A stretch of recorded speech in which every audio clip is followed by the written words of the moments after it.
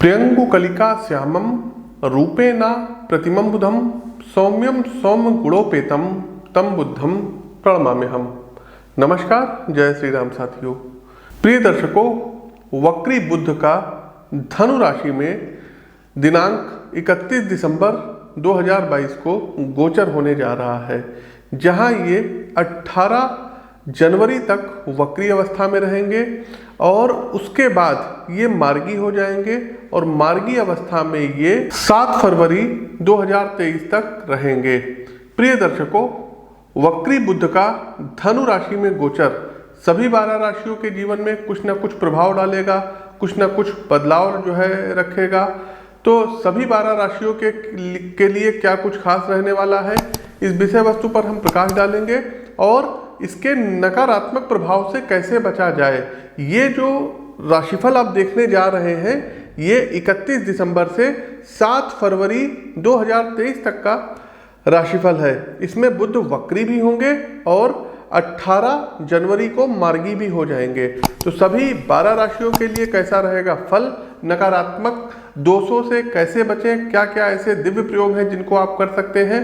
साथ ही साथ दर्शकों, एक चीज और बताएं कि यदि आप लोग हमसे दिल्ली में मिलना चाहते हैं तो प्रत्येक माह आ रहे हैं। जनवरी माह में 7, 8 और 9 जनवरी को हमारा दिल्ली आगमन है, तो वहाँ पर आप हमसे मिल सकते हैं और अपनी जन्म कुंडली का विश्लेषण करवा सकते हैं। साथियों देखिए, वैदिक ज्योतिष में बुध को संचार का, कौशल का, ज्ञान का, क्षमता का, वाणी का कारक ग्रह माना जाता है। अनुकूल बुध जो है, जब अनुकूल अवस्था में होते हैं तो ऐसे जातकों के अंदर ये सभी विशेषताएं पाई जाती हैं। वहीं दूसरी ओर जिन जातकों की जन्म पत्रिका में बुध देव कमजोर या पीड़ित अवस्था में होते हैं तो कहीं ना कहीं उनमें डिसीजन मेकिंग की कमी पाई जाती है, कहीं ना कहीं ज्ञान की कमी पाई जाती है। उनका जो विश्लेषण क्षमता होता है वो थोड़ा सा कमजोर होता है। संचार कौशल भी बहुत अच्छा नहीं माना जाता है। वक्री होने का अर्थ होता है पीछे की तरफ बढ़ना या जो है मतलब पीछे की तरफ देखना। साथ ही साथ जब कोई भी ग्रह वक्री अवस्था में होता है तो ऐसा प्रतीत होता है सौरमंडल में कि वो पीछे बढ़ रहा होता है। साथ ही साथ वैदिक ज्योतिष के अनुसार जब भी कोई ग्रह वक्री होता है तो उसके परिणामों में तीव्रता आ जाती है। वक्री ग्रह जो होते हैं बहुत ज़्यादा पावरफुल होते हैं अपने रिजल्ट देने में। प्रिय दर्शकों, आप सभी लोग जानते हैं कि बुध संचार कौशल, तार्किक क्षमता, बौद्धिक क्षमता, स्मरण शक्ति आदि के कारक ग्रह हैं। इसलिए बुध जब वक्री अवस्था में आते हैं तो इन चीज़ों को प्रभावित बहुत ज़्यादा करते हैं। क्योंकि धनु राशि में गोचर होने जा रहा है बुध का और जीवन के विभिन्न पहलुओं की, जैसे कि आपके व्यक्तिगत जीवन, आर्थिक जीवन, प्रेम जीवन, पेशेवर जीवन, एजुकेशन हो गया, हेल्थ हो गया, इस पर क्या प्रभाव पड़ेगा तो विस्तार पूर्वक हम जानकारी देंगे और उपाय भी बताएंगे। लेकिन आगे बढ़ने से पहले नए हैं तो चैनल को सब्सक्राइब कर लीजिए, बेल आइकन दबा दीजिए और कमेंट बॉक्स में ओम गंग गणपतये नमः जरूर टाइप कीजिए। आगे बढ़ते हैं। हमारी जो पहली राशि आती है ये आती है मेष राशि। देखिए, मेष राशि के जातकों, बुध देव आपके भाग्य भाव अर्थात नवम भाव में वक्री अवस्था में अब गोचर करेंगे तो आपके लिए यह अवधि थोड़ा सा, अगर कह सकते हैं पेशेवर रूप से, तो स्लो रहेगी। यदि आप अपनी नौकरी में किसी प्रकार के उत्थान की प्रतीक्षा कर रहे थे तो इसके लिए अभी थोड़ा सा आपको और इंतजार करना पड़ सकता है। यदि आप खुद का व्यवसाय चला रहे हैं तो वक्री बुध धनु राशि के गोचर काल के दौरान आपको अपने प्रतिद्वंदियों से कड़ी प्रतिस्पर्धाओं का सामना अब यहाँ करा सकते हैं। वहीं प्रेम संबंधों में अहम के कारण आपका अपने साथी के साथ रिश्तों में उतार चढ़ाव देखने को मिल सकता है। अगर आपके स्वास्थ्य की बात करें तो थोड़ा सा डिप्रेशन में रहेंगे। हो सकता है कि इस अवधि में मानसिक तनाव आप पर हावी रहे और आप प्रॉपर तरीके से नींद ना ले पाए। तो कोशिश कीजिएगा कि भ्रामरी प्राणायाम, योग का सहारा लीजिएगा, मेडिटेशन कीजिएगा। साथ ही साथ एक काम ये करिएगा कि दुर्गा जी के 32 नामों का प्रतिदिन आप लोग जाप करिएगा। दूसरी राशि आती है वृषभ राशि। देखिए, वृषभ राशि के जातकों, बुध देव का गोचर आपके 8th हाउस यानी कि अष्टम भाव पर हो रहा है। तो अष्टम भाव में वक्री बुध करेंगे क्या, तो गोचर कालखंड की इस अवधि के दौरान आपको अपने कार्यस्थल पर कुछ समस्याओं, जैसे कि अस्त व्यस्त का माहौल होगा, काम पूरा होने में थोड़ा सा यहाँ बुधदेव देरी करा देंगे और सहकर्मियों का जो सहयोग, आप अपेक्षित सहयोग चाह रहे थे, ये नहीं मिलेगा। तो एक चीज़ और है कि यदि आप लोगों का कोई प्रमोशन है तो ये थोड़ा सा भी इंतजार करना पड़ सकता है। फरवरी के बाद आप लोगों का प्रमोशन मार्च अप्रैल में हो सकता है, तो प्रमोशन के लिए अभी थोड़ा सा बुधदेव यहाँ इंतजार करवाएंगे। यदि आप किसी व्यवसाय करते हैं, ऑनर हैं, तो प्रतिस्पर्धियों से कुछ चुनौतियों का आपको सामना करना पड़ सकता है वृषभ राशि के जातकों। साथ ही साथ घर परिवार की स्थिति अच्छी नहीं रहेगी। भाई के साथ या बहन के साथ कुछ आपके विवाद बढ़ सकते हैं। आपकी अपनी व्यावसायिक योजनाओं एवं रणनीतियों पर थोड़ा सा आप काम करिएगा और सही ढंग से दोबारा लागू करिएगा। जो लोग प्रेम संबंधों में हैं उन्हें अपने रिश्तों को लेकर के थोड़ा सा सावधान रहने की आवश्यकता रहेगी, क्योंकि आपसी समझ में कमी के कारण कुछ समस्याएं उत्पन्न हो सकती हैं।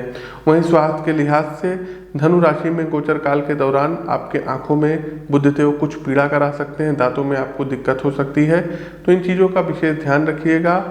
उचित चिकित्सीय परामर्श जरूर लीजिएगा। उपाय के तौर पर करना क्या होगा, तो सबसे पहले आप लोगों को चाहिए कि बुद्ध के पौराणिक मंत्रों की एक माला का जाप करिएगा। साथ ही साथ ओम गंग गणपतये नमः इस मंत्र का 27 बार प्रतिदिन जाप करिए। लाइक करते चलिए, शेयर कीजिए। आगे बढ़ते हैं। हमारी अगली राशि आती है जेमिनी, मिथुन राशि। देखिए, मिथुन राशि के जातकों, बुध देव की यदि हम बात करें तो ये आपके 7वें भाव में गोचर कर रहे हैं। 7वां भाव यानी कि जीवन साथी का भाव होता है, 7वां भाव विवाह का भाव होता है, 7वां भाव साझेदारी का भाव हो रहा है, और 7वें भाव में बुधदेव वक्री अवस्था में गोचर करेंगे। तो हम लोग कह सकते हैं कि यह जो गोचर रहेगा ये मिथुन राशि के जातकों के लिए फलदायी सिद्ध होगी। आप अपने कार्यस्थल पर प्रगति करेंगे, आपके वरिष्ठों का पूरा सहयोग प्राप्त होगा। वक्री बुध का धनु राशि में गोचर का जो है कालखंड के अवधि के दौरान आप खुद का व्यवसाय चला रहे हैं, तो आपको अपनी उम्मीद से जो है अधिक मुनाफा हो सकता है। साथ ही साथ आप कोई नया व्यवसाय वगैरह शुरू करने के बारे में कोई योजनाएं बना सकते हैं। जो लोग प्रेम संबंध में हैं उनका समय अच्छा बीतेगा। थोड़ी बहुत हल्की फुल्की जो है नोकझोंक होगी, लेकिन ओवरऑल समय आपका अच्छा बीतेगा। साथ ही साथ आप लोगों के बीच में, आपके और आपके पार्टनर के बीच में आपसी समझ व प्रेम में वृद्धि होगी। यदि हम स्वास्थ्य की बात करें तो स्वास्थ्य आपका बिल्कुल फिट एंड फाइन रहेगा, किसी प्रकार की कोई दिक्कत नहीं होगी। कोशिश कीजिएगा कि ठंडी चीज़ों से दूर रहिएगा, और बुधवार के बुधवार गणेश जी को आपको दूर्वा अर्पित करना रहेगा। दूब एक प्रकार की घास होती है, ये ले जाइए और ओम गंग गणपतये नमः मंत्र से गणपति भगवान को अर्पित करिए। आगे बढ़ते हैं। हमारी अगली राशि आती है कर्क राशि। देखिए, कर्क राशि के जातकों, बुध देव का ये जो गोचर हो रहा है ये आपके 6 हाउस में, 6ठे भाव में हो रहा है। 6ठा भाव प्रतिस्पर्धा का भाव, शत्रुओं का भाव, कोर्ट कचहरी का भाव, रोग का भाव, और यहाँ पर बुधदेव वक्री अवस्था में गोचर कर रहे हैं।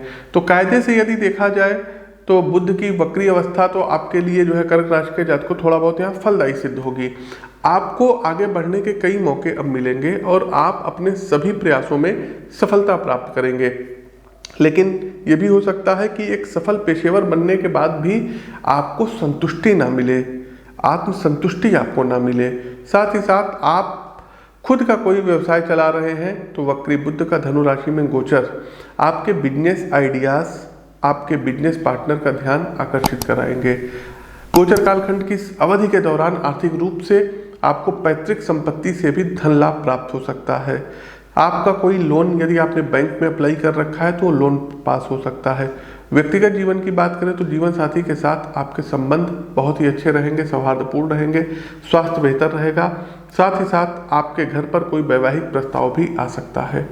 उपाय के तौर पर करना क्या रहेगा, तो प्रतिदिन दुर्गा सप्तशती के अर्गला स्त्रोत का आपको पाठ करना रहेगा। साथ ही साथ शक्कर मिश्रित आटा ये आपको बुधवार वाले दिन पीपल के वृक्ष के नीचे चींटियों के लिए डालना होगा। आगे बढ़ते हैं सिंह राशि। सिंह राशि के जातकों, बुधदेव का ये जो गोचर हो रहा है, बुधदेव वक्री हो रहे हैं, ये आपके पंचम भाव, 5वें भाव यानी कि प्रेम के भाव, एजुकेशन के भाव, आपके संतान के भाव में यहाँ पर बुधदेव वक्री अवस्था में गोचर करने जा रहे हैं। तो आपके ऊपर थोड़ा सा काम का दबाव बढ़ सकता है। ऐसे में काम करते समय आपको अपने विश्लेषणात्मक कौशल और बुद्धि का पूरा प्रयोग करना होगा। यदि आप किसी व्यवसाय को जो है रन कर रहे हैं तो हो सकता है कि आपको उम्मीद से थोड़ा सा कम मुनाफा प्राप्त हो। सिंह राशि के जो लोग वैवाहिक जीवन व्यतीत कर रहे हैं उन्हें अपने रिश्ते में आपसी समझ की कमी नजर आ सकती है। वहीं स्वास्थ्य की बात करें तो इस दौरान आपकी सेहत थोड़ा सा नाजुक रहने की आशंका है, लेकिन कोई बड़ी परेशानी नहीं होगी। कोशिश कीजिएगा कि प्रतिदिन ओम बुम बुधाय नमः इस मंत्र का 108 बार जाप करिएगा, और बुधवार वाले दिन हरी मूंग की दाल ये धर्म स्थान पर डोनेट करिएगा। आगे बढ़ते हैं, हमारी अगली राशि आती है कन्या राशि। देखिए कन्या राशि के जातकों, बुध देव आपके चौथे भाव में, चतुर्थ भाव में वक्री अवस्था में गोचर करने जा रहे हैं। चौथा भाव हमने पूर्व के वीडियो में भी बताया है कि ये आपके चल अचल संपत्ति का होता है, भूमि भवन वाहन का होता है, माता के सुख का होता है। तो चतुर्थ भाव में बुध देव जब यहाँ गोचर करेंगे तो कार्यस्थल पर अब आपके पास काम की भरमार रहेगी, जिसके कारण आपको अपने कार्यों को सही ढंग से योजना बनाने की अब आवश्यकता होगी। आप अपने प्लान पर जो है काम करेंगे तो निसंदेह उसमें आपको एक हैंडसम मनी प्राप्त होती हुई दिखाई दे रही है। गोचर कालखंड की इस अवधि के दौरान आपको कोई वाहन इत्यादि क्रय करने के योग बन रहे हैं। यदि आप कोई व्यवसाय चला रहे हैं तो शुरुआत में तो कुछ आपको बाधाओं का सामना करना पड़ सकता है, लेकिन उसके बाद आप अपने बिजनेस आइडियाज़ को लागू करते हुए अच्छी कमाई करेंगे 17 जनवरी के बाद से। वक्री बुध धनु राशि में गोचर कर रहे हैं तो आपको थोड़ा सा मानसिक तनाव जो है होगा। हो सकता है कि रात में नींद आपको देर से आए, आपकी नींद प्रभावित होगी। तो कोशिश कीजिएगा कि मेडिटेशन वगैरह करिएगा, विपासना वगैरह में आप लोग जा सकते हैं। एक चीज़ और है, पंचम भाव, इसमें मांगलिक उत्सव भी आपके घर में होंगे, मांगलिक कार्यक्रम भी होंगे जिसमें आप काफ़ी व्यस्त रहेंगे। कोशिश कीजिएगा कि ओम नमो नारायण इस मंत्र का 108 बार डेली जाप करिएगा।